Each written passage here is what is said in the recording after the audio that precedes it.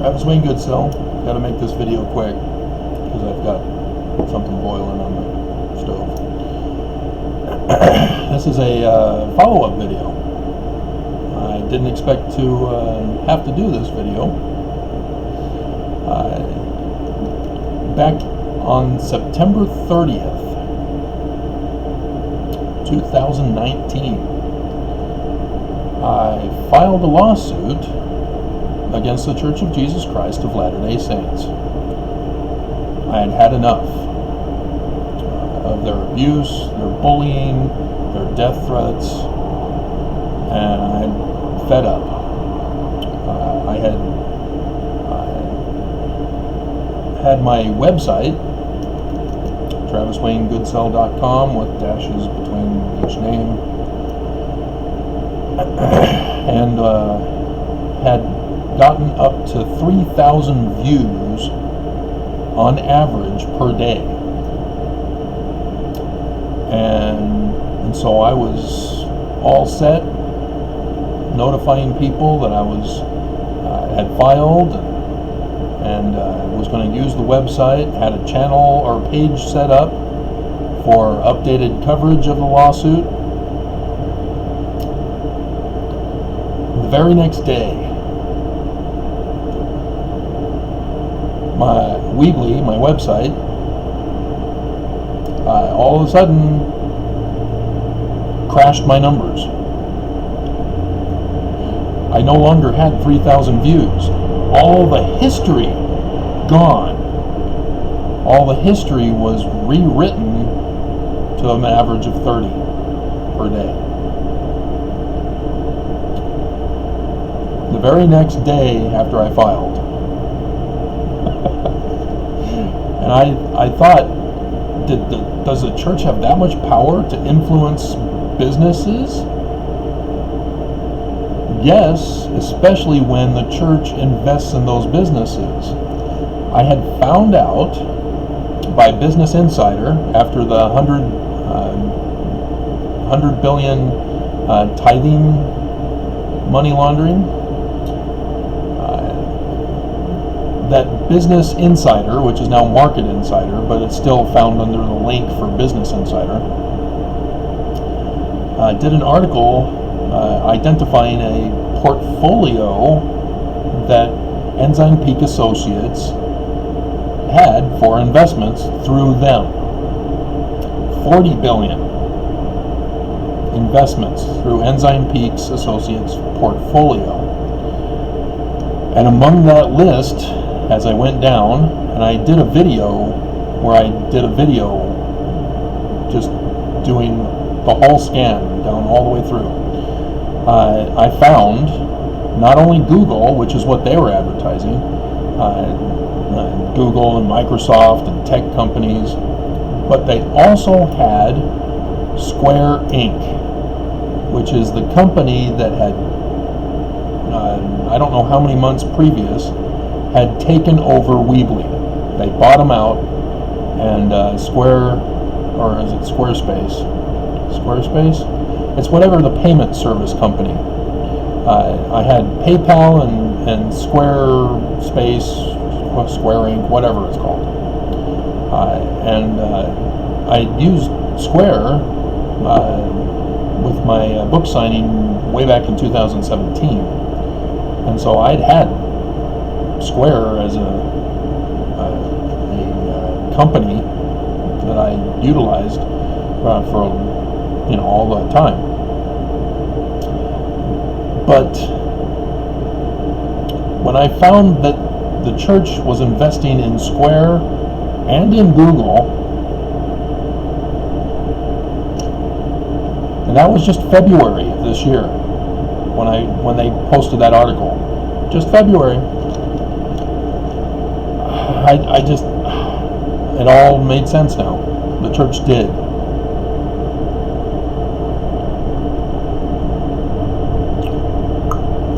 Because I know they were following my website. That was obvious. And I knew Russia was following my website, because my website allowed me to identify who was contacting me through their IP addresses. and so I could find out legitimate people versus bots versus enemies posing as friends, and so yeah, that's exactly what happened. Squarespace decided to use what they called Google Analytics to track my numbers, and they call it real time. It's not real time, it's analytics. And with analytics, I recognized the error of analytics way back when I worked at Blockbuster Video in the early 2000s.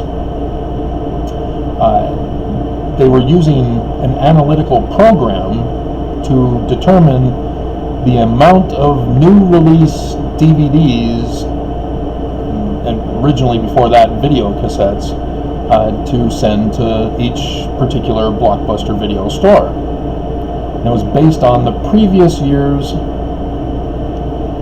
sales.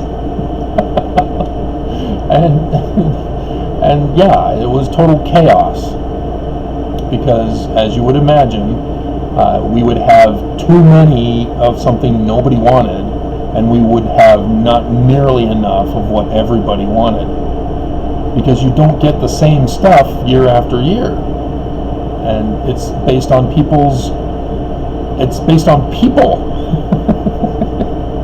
and you can't quantify people's likes and dislikes, and they were trying to go off of the theater stats as well, and they just can't do it. I think it's The Rookie on CBS or ABC. There's a show called The Rookie. They just finished season 2 not too long ago, and one of the episodes was involving a person who was doing analytics on the police officers, and one of the police officers tested in a low ranking as a high risk to the police department, the weak link in the chain, so to speak. And so the guy who invented it had to follow around the officer for a day, and she was supposed to be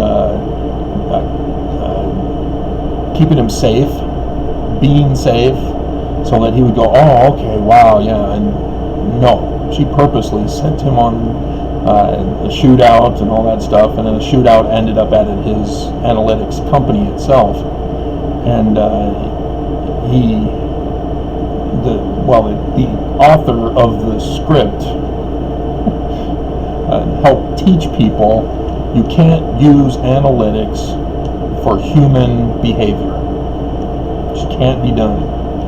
And that's why Blockbuster failed before they purposely tanked their business, was for that reason. That's why they didn't have movies that you wanted to watch, the new release movies, because they were all rented out. That's why. They were using an analytical system, and they had no clue. And so instead of saying, okay, it's the analytical system that we've got to throw away, instead they pushed a program of, if you were looking for this, try this as an alternative from our family favorites. Nobody bought into that. So yeah, that was a wasted program. And eventually they caught on to the monthly pass, but again, they needed to provide quantity. You can't just say, oh, we're doing monthly pass when we already don't have enough for you. And so they knew enough, but they didn't supply a sufficient enough more than they needed to. And so that's why they tanked. And so yes, that's what it was going on here with my website, is I had in the previous year, I didn't buy the program, the upgraded business program. When I bought the upgraded business program, I was given higher ranking on internet search engines. And so that all previous year was the low numbers. And so here I am with the new numbers with my business, and they tanked me for that same reason that Blockbuster failed, to provide you with new release movies. And they refuse to acknowledge that their analytical problem is at fault here, because human behavior determines which sites people want to look for. And they can't quantify that. And so I got screwed. So I got to go take care of my potatoes.